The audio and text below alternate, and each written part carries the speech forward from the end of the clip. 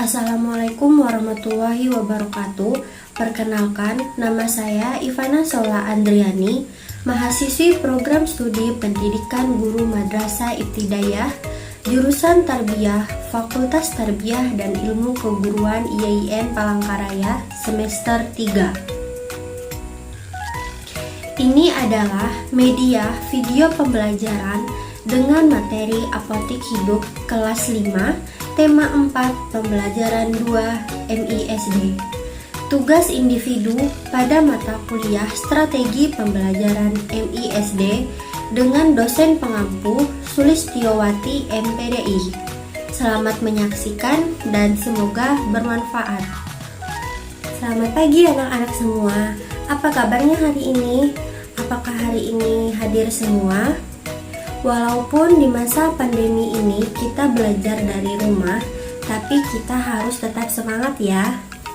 Oke, sebelum kita belajar, alangkah baiknya kita membaca doa terlebih dahulu. Berdoa dimulai.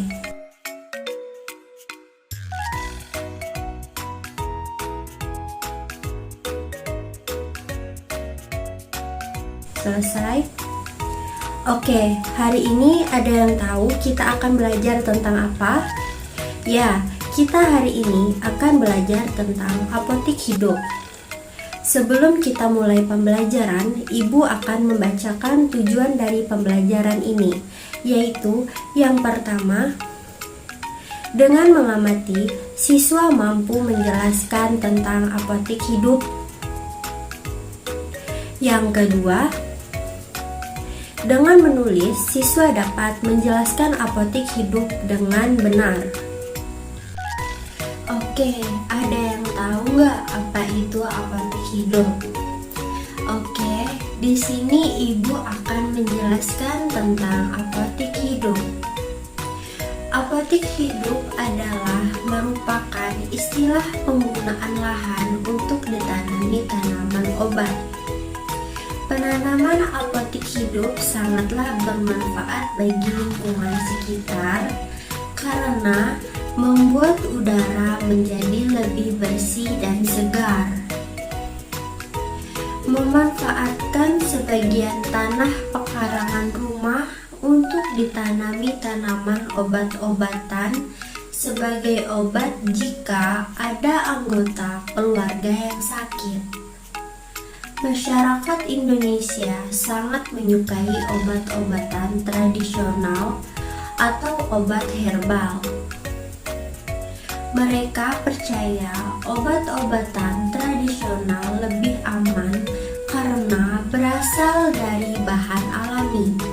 Selain itu, obat herbal ini dipercaya memiliki efek samping yang lebih sedikit dibanding obat-obatan yang diproduksi pabrik.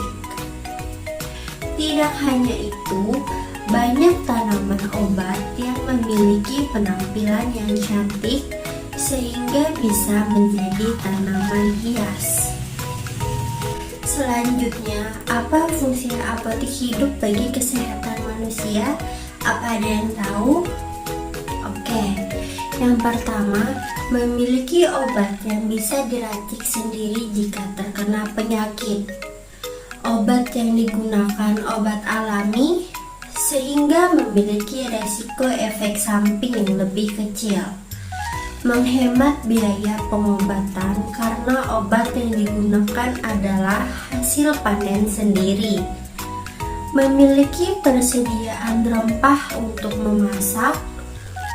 Umumnya, obat tradisional adalah tanaman yang biasa digunakan untuk memasak seperti jahe, kunyit, dan serai.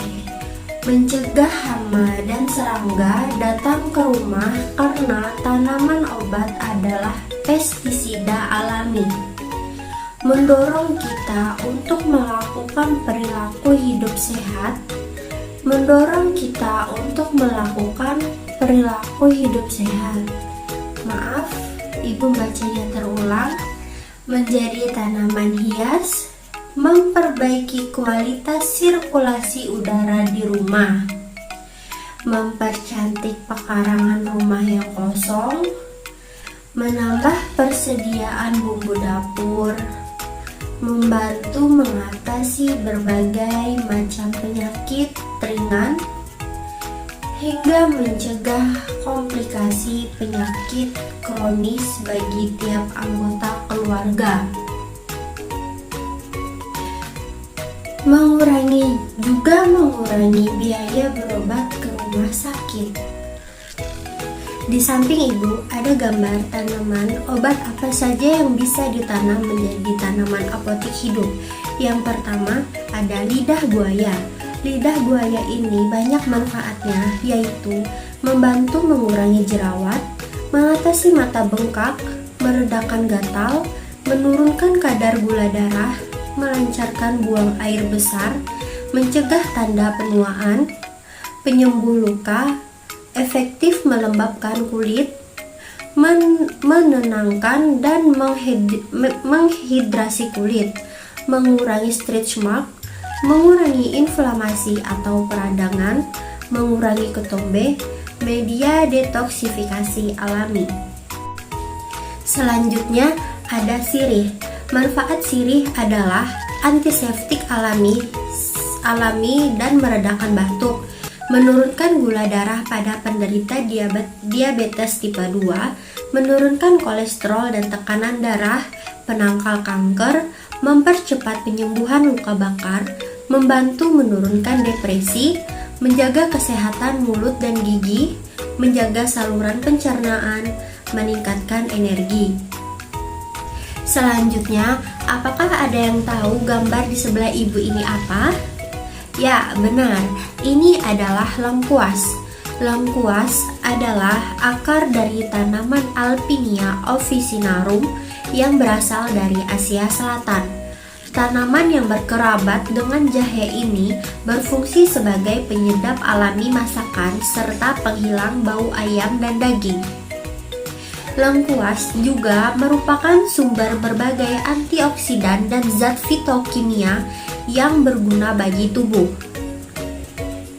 Beberapa di antaranya yaitu beta-sitosterol, galanin, emodin, quercetin, dan polifenol.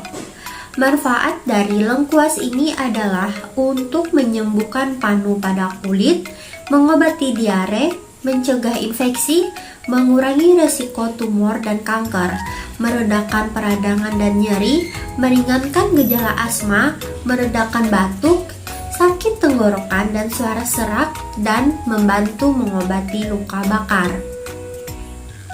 Selanjutnya ada temulawak. Temulawak adalah tanaman obat-obatan yang berasal dari Indonesia. Memiliki nama ilmiah Curcuma santoriza. Temulawak tersebar luas di Pulau Jawa, juga di negara Malaysia dan Thailand. Dalam bahasa Sunda, temulawak dikenal sebagai koneng gede. Sementara dalam bahasa Madura dikenal sebagai temulabak.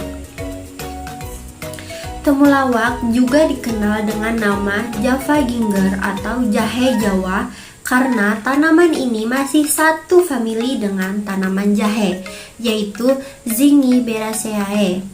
Temulawak dapat tumbuh subur di dataran rendah, terutama pada tanah yang gembur, sehingga rimpangnya mudah berkembang menjadi besar. Temulawak juga dapat tumbuh subur hingga ketinggian 1.500 meter di atas permukaan laut. Manfaat temulawak adalah yang pertama, obat untuk penyakit kuning, mengatasi gangguan pencernaan, menambah nafsu makan, mencegah kanker, meningkatkan daya tahan, mencegah dan menyembuhkan jerawat, pengobatan alternatif untuk disfungsi hati, memperbaiki jaringan tubuh yang rusak, meringankan osteoartritis, mencegah tumor, mencegah demam berdarah, meningkatkan kemampuan fungsi otak, mencegah serangan jantung, dan melawan bakteri penyebab penyakit. Di samping ibu, ada yang tahu itu daun apa? itu adalah daun jintan. Daun jintan kerap dipakai sebagai campuran pengobatan herbal tradisional dan memiliki nama lain seperti acerang, acrang, ajiran, daun hati-hari, godong kucing, kambing majanereng, iwak golong, dan kunu etu.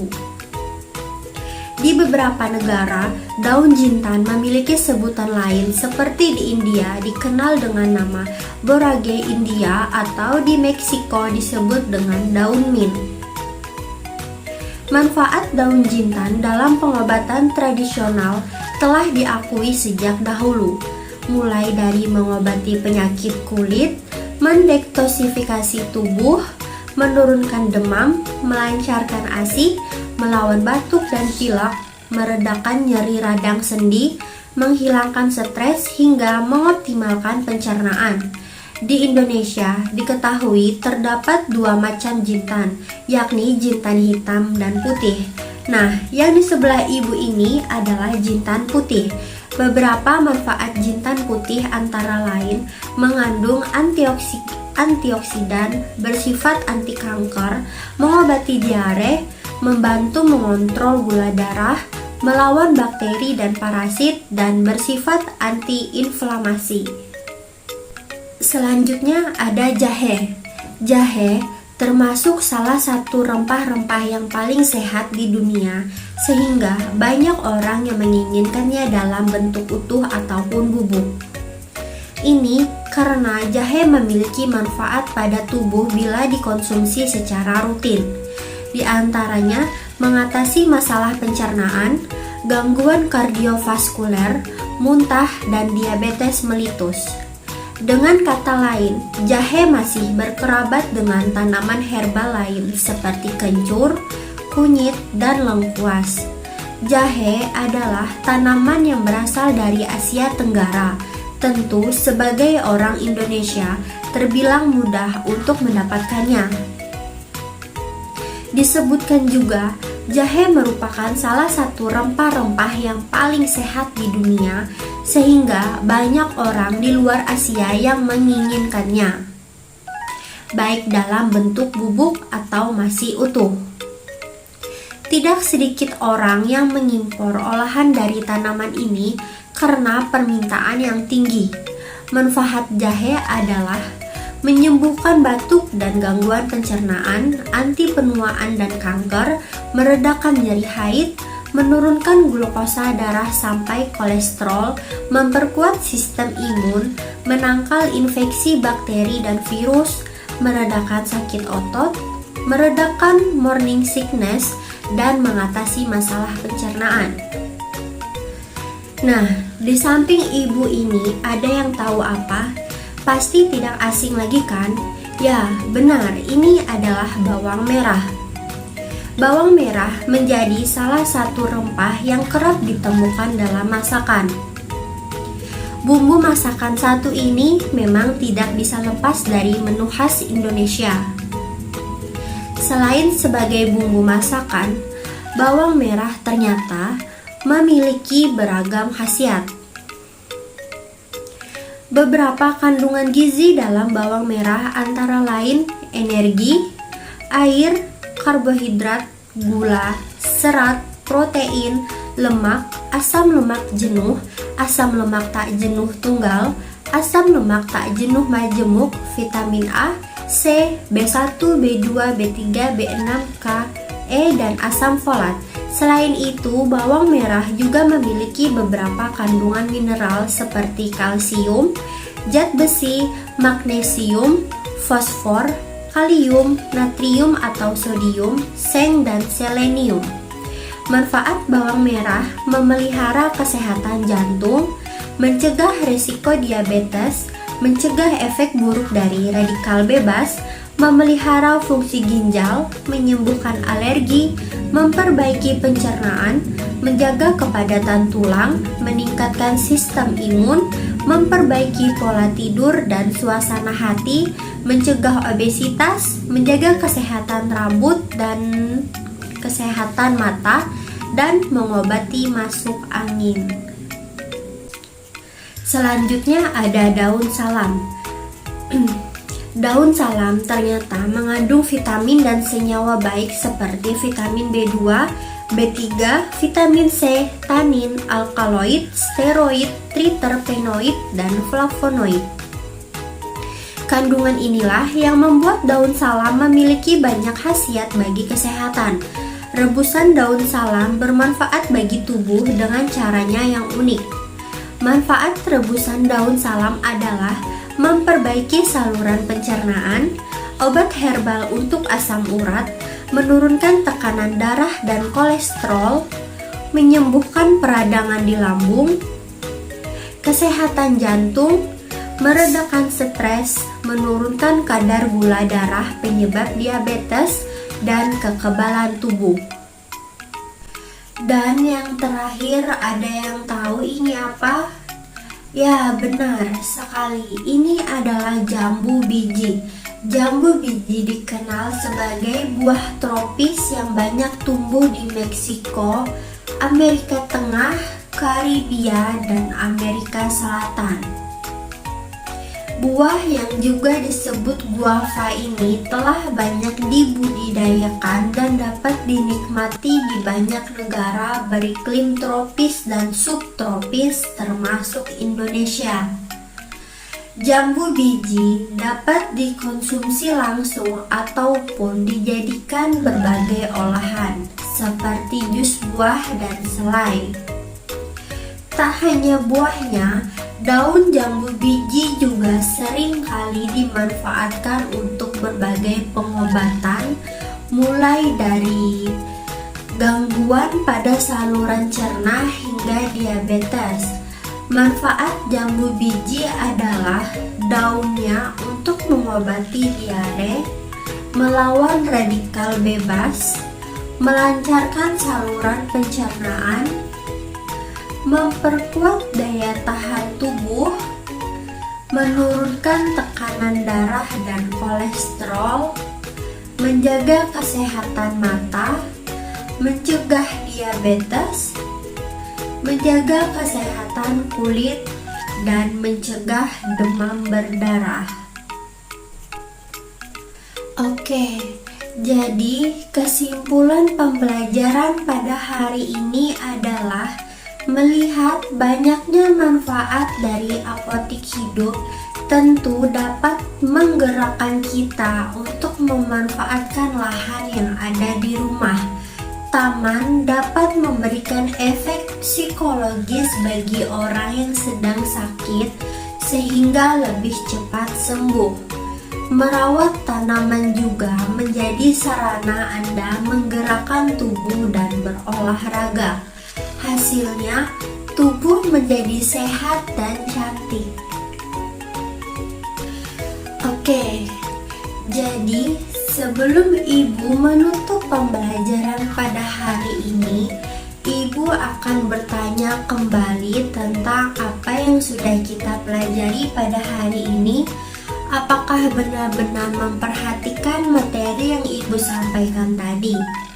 Oke, apa sudah siap semua? Ini kita jawab sama-sama ya. Soal yang pertama, sebutkan 4 tanaman apotik hidup yang bisa ditanam di sekitar pekarangan rumah. Oke, good job. Jawabannya adalah lidah buaya, sirih, lengkuas, temulawak, jintan, jahe, bawang merah, daun salam, dan jambu biji. Pertanyaan kedua, sebutkan fungsi apotik hidup bagi kesehatan manusia. Ya, pintar semua. Yang pertama, memiliki obat yang bisa diracik sendiri jika terkena penyakit, dan obat yang digunakan obat alami sehingga memiliki risiko efek samping yang lebih kecil. Oke, Ibu kira kalian semua paham apa yang Ibu sampaikan pada hari ini. Jadi demikian materi yang Ibu sampaikan pada hari ini. Mohon maaf apabila dalam penyampaian materi Ibu ada salah kata.